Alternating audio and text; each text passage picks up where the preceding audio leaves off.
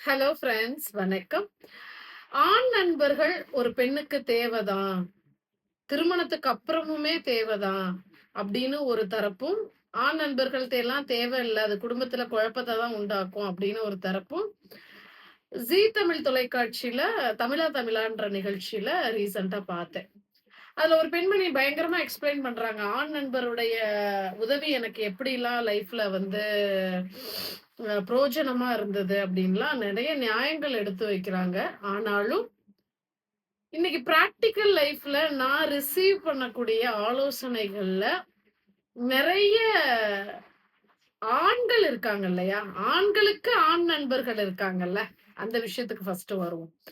ஆண்களுக்கே ஆண் நண்பர்கள் உண்மையா இருக்கிறது இல்ல. துரோகம் பண்றாங்க. நெறைய ஃபேமிலில வரக்கூடிய அந்த எக்ஸ்ட்ரா மேரிட்டல் அஃபேர் ரிலேட்டடான ஹஸ்பண்ட் அண்ட் ஒய்ஃப் பிரச்சனைகளுக்குள்ள காரணமா இருக்கிறது, ஒய்ஃப்க்கு இருக்கக்கூடிய ஆண் நண்பர்களும் தான். அண்ட் அந்த ஹஸ்பண்டுக்கு இருக்கக்கூடிய ஆண் நண்பர்களும் தான்.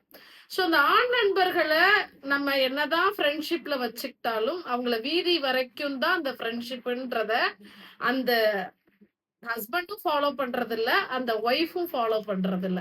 வீதியில போயிட்டு இருக்கிறத வீட்டுக்கு நடுப்பற வந்து உட்கார வச்சு, நம்ம சாப்பாடு போட்டு, ஒரு குடும்பத்துக்கு ஒரு முக்கியமான நபரா நம்ம மாத்தி, அப்படி ஒரு உறவ தக்க வச்சு, அ ஒரு ஃப்ரெண்ட்ஷிப்ப பில்ட் பண்ணி, கடைசியில என்ன பண்றாங்க அப்டின்னா, அந்த குடும்பத்துக்கு அவங்களே ஆப்பு வச்சுக்கிறாங்க. சோ இதுதான் யூசுவலி நடக்குது. என்னதான் நீங்க நியாயம் வைத்தாலும், அந்த ஆண் நண்பர்களால வந்து பெண்களுக்கு நெறைய விஷயங்கள் வந்து நல்ல விஷயங்கள் நடந்தது. ஃபேமிலிக்கு ஹெல்ப்பா இருந்தாங்க அப்டின்லாம் சொன்னாலும், அதெல்லாம் உண்மையாக கூட இருக்கலாம். ஆனா, at end of the thing பஞ்சும் நெருப்பும் பக்கத்து பக்கத்துல இருந்தா பத்திக்க தான் செய்யும். எல்லா விதமான நட்புகளுக்கும், அது குடும்ப நண்பராக இருந்தாலும் சரி, என்ன நீங்க பேர் வச்சுக்கிட்டாலும் சரி. அதுக்குன்னு ஒரு எல்லை இருக்கு இல்லையா? அந்த எல்லைக்குள்ள எந்த உறவையுமே நீங்க மெயின்டெயின் பண்ணல அப்டின்னா, அது அந்த ஒரு குடும்பத்துல இருக்கக்கூடிய கணவருடைய நண்பரால வந்த பிரச்சனையா இருக்கலாம். அந்த பெண்ணுக்கு, மனைவிக்கு நண்பர் இருப்பாங்க இல்லையா? ஆண் நண்பர். அதனால வந்த பிரச்சனையா இருக்கலாம். எதுவாக இருந்தாலும், இன்னைக்கு இருக்கக்கூடிய காலகட்டத்துல நண்பர்களால தான் குடும்பத்துல அதிகமான பிரச்சனைகள் வருது. சோ யாரையுமே இங்க நம்ப முடியறது இல்லையா? அப்ப யாரதான் நம்புறது அப்படின்னு கேள்வி கேட்டீங்கன்னா, நம்புறதுன்றத விட இன்னைக்கு இருக்கக்கூடிய சூழ்நிலைகளும், மனிதர்களுடைய மனநிலைமையும் ஒழுக்கமாகவும் தனக்கு தன்னை நம்புபவர்களுக்கு துரோகம் நினைக்க கூடாது அப்படின்றத நினைக்கும் விதமா ஏதோ ஒரு காலகட்டத்துல இருந்திருக்கலாம். இப்ப அந்த விதிகளுக்கு உட்பட்ட மனிதர்களே இல்லைன்னு சொல்லலாம். அந்த அளவுக்கு ஒரு கட்டுப்பாடற்ற தன்மை தான் எல்லாருக்குமே ஒரு மனநிலைமை இருக்கு. சோ கால சூழ்நிலை அப்படி இருக்கும் பொழுது, ஏன் நம்ம வெளியில போற ஓணான நம்மளே வேட்டைக்குள்ள இட்டு எடுத்து விட்டுக்கிட்ட மாதிரியான கதை தான் கடைசியில நடக்குது அப்படின்றது தான் இங்க நான் சொல்ல விரும்புறேன். சோ எந்த விதமான ஃப்ரெண்ட்ஷிப்பும் ஒரு எல்லை இருக்கு. அந்த எல்லைக்குள்ள இருந்தாதான் அந்த ஒரு குடும்பத்துல ஒரு கணவனும் மனைவியும் எந்த பிரச்சனைகளும் இல்லாம வாழ முடியும்.